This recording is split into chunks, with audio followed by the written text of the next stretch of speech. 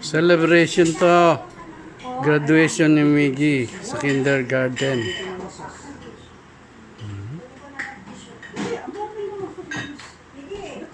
Daming handa. Fried chicken. Ano ba yung pansit mo na yan? Pansit malabon? Sushi. Palabok. Wow. Wow. Yummy, yummy. Chicken gab. Ay, gab mag-rice ka. Pwede ito lang sa dito sa ano? Sa coke. O bakit di siya nandun ito? Bakit?